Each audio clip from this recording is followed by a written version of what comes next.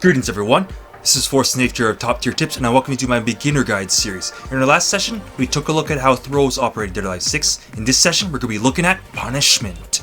Punishment in Dead or Alive 6, and basically just in fighting games in general, means anytime that you leave yourself at a large enough amount of negative frames due to recovery, and that means that the opponent will be able to get a free attack on you, such as if I were to do Ayani's 7K that is massively negative. Kasumi can get a free strike on me every time I do this move on her block. With regards to Dead or Alive 6 primarily, what's unique in Dead or Alive compared to other fighting games is that you are able to primarily punish with throws. That's because, as I also showed in the throws section, any throw that's 7 frames or slower, these are guaranteed. When they connect on the opponent, they cannot be broken. So, for most characters, that'll be the 7-frame throw, the 10-frame throw, or the 12-frame throw. Neutral throws are breakable, so these throws are not considered guaranteed throw punishment, but 7-frame throws are completely unbreakable and they can be used for punishment. However, be careful when you're checking the frame data in training mode for both your own character and for basically for any opponent characters. Because as you can see, the move details is very good for show and frame data or anything like that. But for instance, if you do something that's -7 on block, something like Ayani's 9K, with the way how frames work in Dead or Alive, you actually can't punish that with a 7-frame throw. Keep this in mind. For the frame data for a throw, for instance, like a 7-frame throw, like right there, 16. The way how it is that the frame data at the top only shows the... Basically, it just shows the frames minus what would be considered the impact frame or the frame that it actually lands on. So this would be like the first 7 frames, and then the throw would land on frame 8. So what that means is you can't really start using 7-frame throws to punish until the opponent does something that's -8 on block. Then you can throw punish for free. With regards to strike, let's say like a jab or something, this only shows the frames in between the initial frame and the frame that it lands on. So in essence, a 10-frame jab, with traditional frame data, 10-frame jab will actually be connecting on the 12th frame.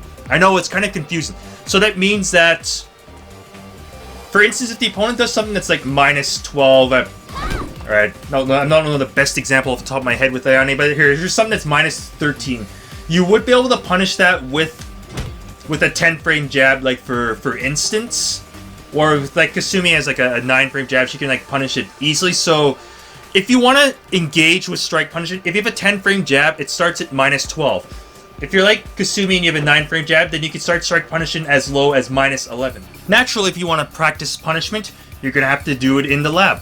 And what you're going to do is, of course, choose the character that you want to punish. In this case, our victim is going to be Ayani's sister, Kasumi.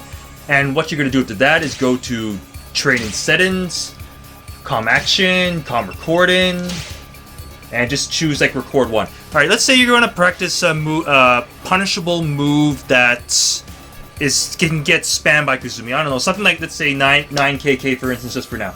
So let's choose just the first record slot, record to 1. Just choose record 1, now just go to replay. Like, I know there's some... Alright, you see right here, I'm at +15 every time it gets blocked. With +15, you could probably punish with any throw.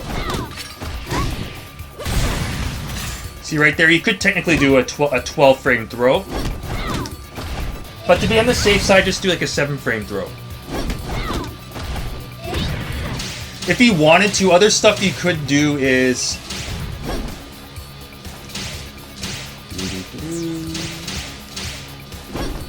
Is practice like a little delay in between. Or I know there's shortcuts for this, but I'm just doing it this way. See, with this now you can practice reacting to the delay in between. Here, you can even strike in between it if you want. See, that's an interruption. The main thing I want you to do, though, is get really used to doing 6Ts on reaction. Because if you can punish... Wow, I don't like you getting hit by it. If you can punish a lot of stuff, then that could be really good. Yeah, I get sick of Kasumi's double wake-up kick. Oh my god, I threw too early. don't forget to practice punish in most lows. Because, generally, most lows in general are unsafe, but especially lows that are frame advantage on hit are almost always unsafe if you guard them. Let's say something like Kasumi's 6P+K. Alright, that's -12. So double-digit negative is generally pretty easy to throw punish. You can use your 7-frame throw, 5-frame throw. Either one is fine. Obviously, the 7-frame throw is usually a little better. It's just a 5-frame throw. Like, if you're afraid you're going to be late, then of course the 5-frame is fine. Like, both of these throws are unbreakable, and of course, practicing low wake-up kicks too is also another perk. So yeah, if you can punish these on reaction, especially low wake-up kicks, you can really discourage their use. There are some times where you may want to opt for strike punishment, although I know under most circumstances, simply doing a forward throw might be better just simply because of the damage. But let's say if you were to block something like Ayane's 3PP, for instance. See, right here, it leaves me at +14. I could basically get in a free jab for free, a free elbow. Alright, if you're too late, then it will get blocked.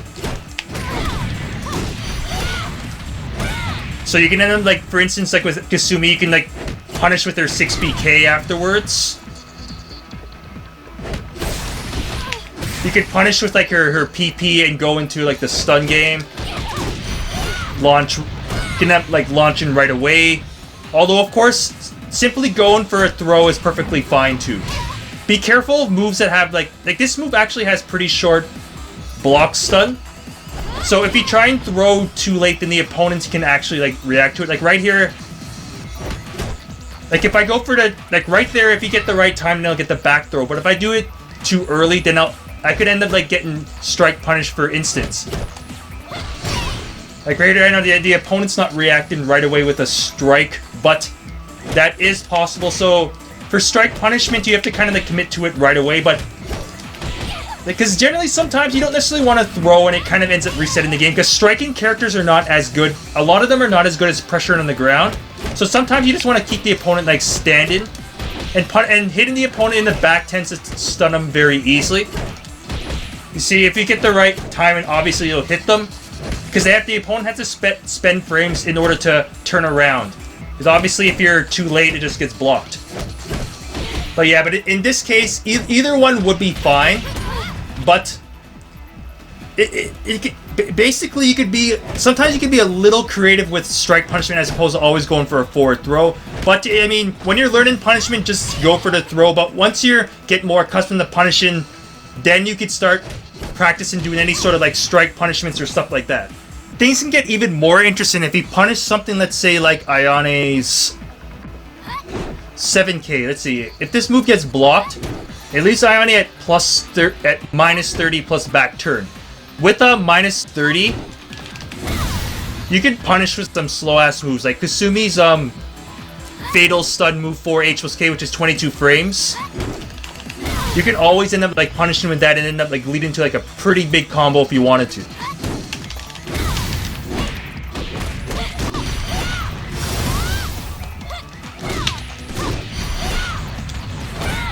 And you can end up setting up, like, potentially really big damage with that. Almost the same type of thing if you want it. Alright, let me just do this again.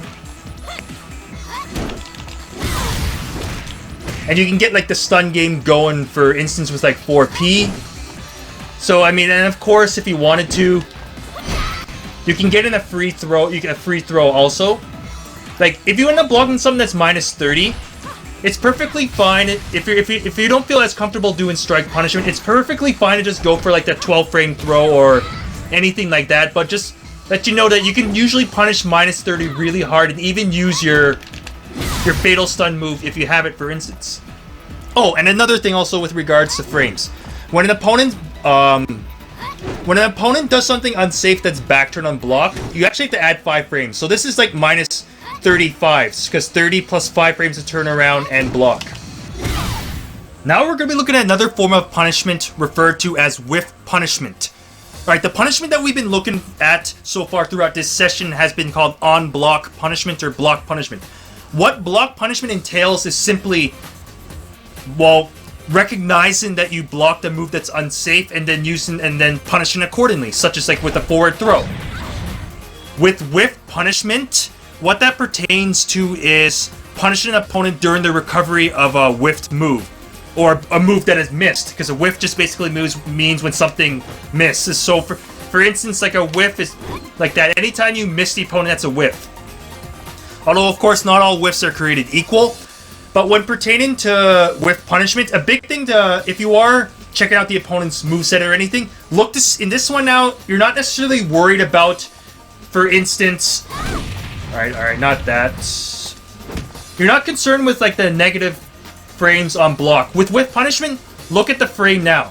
So if I do something like, for instance, like Ione's 236K. See, that move has 39 recovery frames. So you have to whiff Punisher during the 39 recovery frames, but you need to make sure that you don't get hit during the 4 active frames. So whiff punishment can be like quite challenging. In this example, let's just have Kasumi just spam her 3K mid-kick. Alright, compared to block punishment doesn't really matter. You can just be whatever. For Kasumi's 3K, I also want to give you a little small hint. This move is -8 on block, but every time you try and throw it, you get high counter blown because this move pushes back too much. And it's -8, so your only chance to throw it would be a 7-frame throw. So be careful. This move is actually safe on block. But we're going to be looking at whiff punishment this session. For whiff punishment, it is a lot more space independent. So what you need to do is try and stay around tip range of the move, but you don't want to be too close so that you get clipped by the move. So what you want to do is be careful to not get clipped by the move, because you don't want your punishment to get intercepted. So you have to be slightly outside of it, and then you have to use a move that can reach. Like something like Ione's 3 H+K is like perfectly fine. So essentially, you want to punish with something that can like start a combo.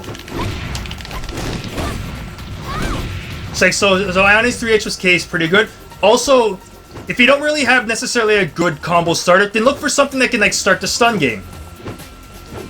So something like Ione's 4K can start the stun game instead, if I could space it right. And then you can start like a stun launch combo setup or anything like that, or just simply get the stun game going. So like there, you can keep stunning. So either one is fine, because whiff punishing with moves that can start combos is not as common with DOA compared to other fighting games. Right there, I got intercepted right there. See, that's what happens if you like do the whiff punishment like too early. You end up getting intercepted, but if you would get the right timing, then you can end up blast. Like, you can also like blast the opponent into the environment if you have like a good knockback kind of whiff punisher, which some characters do, such as like Hitomi's Death Fist. An exercise that you can use to practice punishment in general is have the opponent just kind of like move around crazy. Then the move that you want to punish, or the moves that you want to punish, have the opponent just do it in the middle of their kind of free step movement. If the move gets blocked, then like just throw punish it. If it does get, alright, that's a little slow there. If it does whiff though, if you can make it whiff, alright, see if I can just show like a whiff. Then you could try and strike punish. Alright, it's too slow there. Like right there with 4K. Like you have to be pretty fast for whiff punishment. It is pretty hard. It's like that. But in general though, like I said, whiff punishment is actually a pretty advanced tactic. So simply just blocking moves and punishing accordingly. I find that to be, practice that first, and once you get hang of that, then you can try and practice whiff punishment. But I'll let you know, like, it is pretty hard. And if you're using the whiff punisher that's unsafe, then that can be detrimental too. And just for reiteration, be really careful with trying to punish moves that push back a lot. You see right here, you have to kind of check yourself to make sure that your punishment will reach or not. Or, again, if you try and punish, then you can end up getting high counter blown. Alright guys, that's it for now. If you have any further questions, you can contact me on my YouTube, Twitter, or Twitch. So that means leaving a very insightful comment down below. You can also contact Force Nature on freestepdodge.com. And be sure to check out my other top tier tips guides, both beginners and advanced guides, and my character guides, just to get a nice little beautiful look at this gorgeous game that is Dead or Alive 6. If you'd like to support the channel, feel free to join Top Tier Fighters. The support does help, and I do appreciate it. And also, I want to give a big thank you for everyone that helped me get over 2,000 subs, so on to 3,000 subs. Anyways, this is Force Nature signing off. Thanks for tuning in, and I will see you next time on Top Tier Tips.